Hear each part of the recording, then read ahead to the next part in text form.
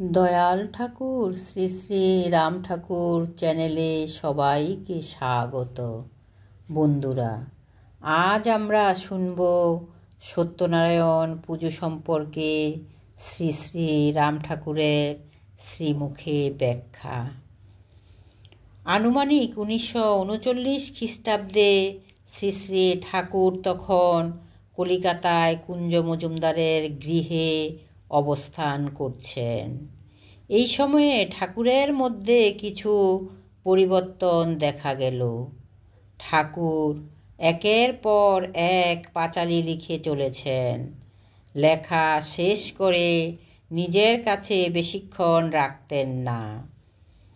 কোনো না কোনো আশ্রিত ভক্ত এলেই তার হাতে লেখা পাঁচালিখানা দিয়ে বলতেন, সত্যনারায়ণ কইরেন।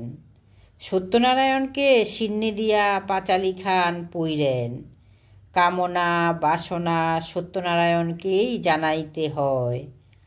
আর একটি বিষয় ভক্তরা অবাক হয়ে লক্ষ্য করলেন, নাম না পাওয়া কেউ এসে ঠাকুরকে প্রণাম করলে তিনি যেচে তাকে বলতে থাকেন, আপনি নাম নিবেন। নিজে থেকেই ডেকে ডেকে নাম দিতে লাগলেন। নামও দিচ্ছেন একই নাম, সেই 6 অক্ষর বিশিষ্ট। তার পূর্বে কেউ ঠাকুরের নিকট নাম প্রার্থনা করলে তিনি কতক্ষণ চুপ থাকতেন, হাতের কর গুনতেন। হাতের কর গোনার পর দেখা যেত ঠাকুর কোনো না কোনো একটা নাম দিয়ে বলতেন, আপনাকে মহাপ্রভু এই নাম দিলেন। কখনো বলতেন, আপনাকে আপনার নামই দিলাম। আবার কখনো কিছুই বলতেন না, শুধু নাম দিয়ে নামের ব্যাখ্যা করতে থাকেন।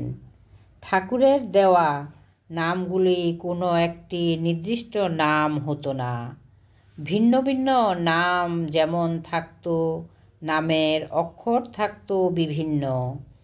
কখনো কখনো এমনও দেখা যেত ঠাকুর মশাই চুপ করে থাকার পর বলতেন, কই আপনার নাম তো খুঁজা পাইলাম না, আপনার নাম আমার কাছে নাই, আপনি শ্যামবাবুর কাছে যান। ঠাকুর মশাইয়ের এহেন পরিবর্তন দেখে এক ভক্ত বিনীতভাবে জিজ্ঞাসা করলেন, ঠাকুর, আপনার নিকট আমার 2টি প্রশ্ন করার আছে। ভক্তটি শ্রীচরণে প্রণাম নিবেদন করে প্রথম প্রশ্নটি করলেন, ঠাকুর মশাই, এতদিন তো আপনি আমাদের নিষ্কাম ভজনের কথা বলে এসেছেন। কামনা বাসনা শূন্য হয়ে নিরহংকারী হয়ে নাম সাধন করতে বলেছেন। এখন বলছেন সত্যনারায়ণ করতে, তার কাছে কামনা বাসনা জানাতে। দেখছি সত্যনারায়ণের পাঁচালি লিখে দিচ্ছেন জনে জনে, তাদের বলছেন সিন্নি দিয়ে পাঁচালি পড়তে।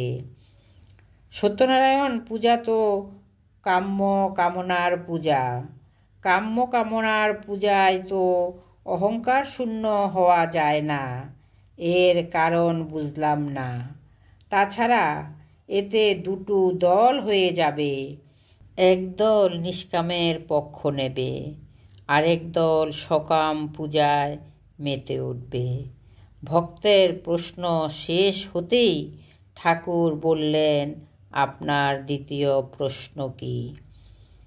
তখন ভক্ত দ্বিতীয় প্রশ্নটি করলেন, আপনি এখন যেচে প্রায় ডেকে ডেকে নাম বিতরণ করছেন, সেই নামও দেখছি 6 অক্ষরের বিশিষ্ট একই নাম।